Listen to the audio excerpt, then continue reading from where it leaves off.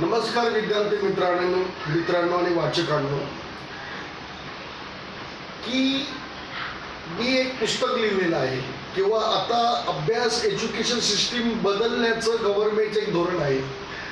तर हे अतिशय सकारात्मक असं गव्हर्नमेंटचं धोरण आहे. कारण का education system must be changed आणि त्याच अनुषंगाने मी आजचा व्हिडिओ रेकॉर्ड करतोय. हे जे पुस्तक आहे हे पुस्तक एक तरुण लेखक शरद तांदळे साहेबांनी हे पुस्तक लिहिलेलं आहे.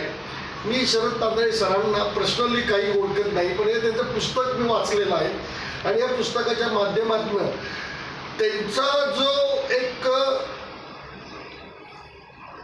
या पुस्तकाचा जो विषय रावण राजा राक्षसांचा, तर याच्या निमित्त भारताची जी संस्कृती आहे आणि भारतीय संस्कृतीवर जे एक वैदिक संस्कृतीचं आक्रमण आहे. आता वैदिक संस्कृती काही वाईट नाही, परंतु वैदिक संस्कृतीचं आक्रमण हे भारतीय संस्कृतीवर झालेलं आहे. पण आक्रमण याचा अर्थ नकारात्मक घेऊ नका. त्याला फिजिक्सच्या भाषेमध्ये दोन वेव्स इंटरफेअर होतात का नाही, तसं ते दोन वेव्स, कारण या दोन संस्कृती एकमेकांवर इंटरफेअर झालेले आहेत. तर वैदिक संस्कृती ग्रेट आहे आणि भारतीय संस्कृती पण ग्रेट आहे आणि या दोघांचं एक इंटरफरन्स झालेलं आहे. फिजिक्सच्या भाषेमध्ये मी फिजिक्सचा टीचर असल्यामुळे माझ्या बोलण्यामध्ये फिजिक्सचे संदर्भ येतात. तर हे जे पुस्तक आहे या पुस्तकाला एक संशोधनात्मक दर्जा द्यावा. माझं मत आहे की आता आपली एज्युकेशन सिस्टीम बदलली पाहिजे. डॉक्टर बाबासाहेब आंबेडकरांच्या जेवढ्या डिग्र्याज आहेत त्यातल्या बार ॲट लॉ सोडून प्रत्येक डिग्रीसाठी बाबासाहेबांनी संशोधन करून थिसिस लिहिलेलं आहे. तेव्हाच त्यांना त्या डिग्री ऑनर झालेल्या आहेत. म्हणजे कसं आहे माहीत आहे का, की आज आपल्याला क्लर्क्स नको आहे. आपल्याला आज आर्टिफिशियल इंटेलिजन्सच्या युगामध्ये आपल्याला काय पाहिजे, तर संशोधक पाहिजे, सायंटिस्ट पाहिजे. प्रत्येक व्यक्तीमध्ये संशोधक लपलेला असतो, प्रत्येक व्यक्तीमध्ये संशोधक लपलेला असतो. तर माझं गव्हर्नमेंटला एक विनंती आहे की तज्ञ लोकांची स्क्रुटिनी समिती बसून या पुस्तकाला एक संशोधकीय रेफरन्स बुक म्हणून मान्यता देण्यात यावी, ही माझी सरकारला विनंती आहे. आणि संशोधनात्मक अभ्यास पद्धती कशा राबवता येईल यासाठी गव्हर्नमेंटने काही धोरण आखलं पाहिजे.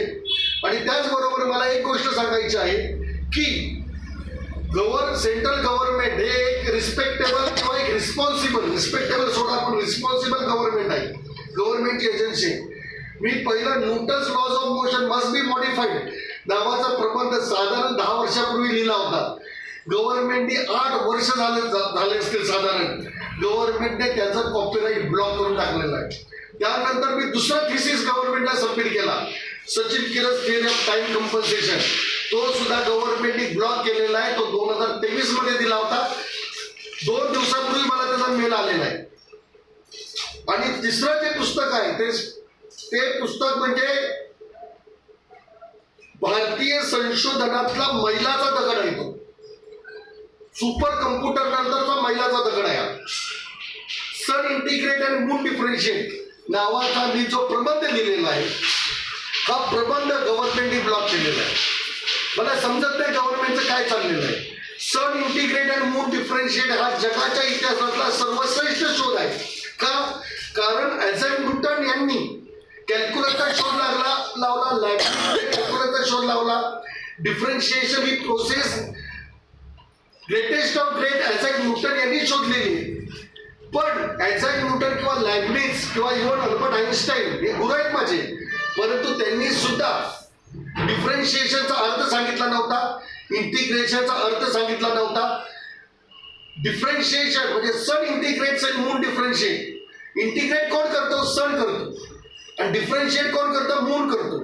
एवढा मोठा फंडामेंटल शोध एका भारतीयाने लावलेला आहे. तरी सरकार गेली 10 वर्ष या संशोधनाची उपेक्षा करते. तर याच्यावर मी गव्हर्नमेंटवर कोर्टामध्ये केस दाखल करणार आहे, हेही मला या कोर्टाच्या निमित्ताने सांगायचे. थँक्यू, धन्यवाद.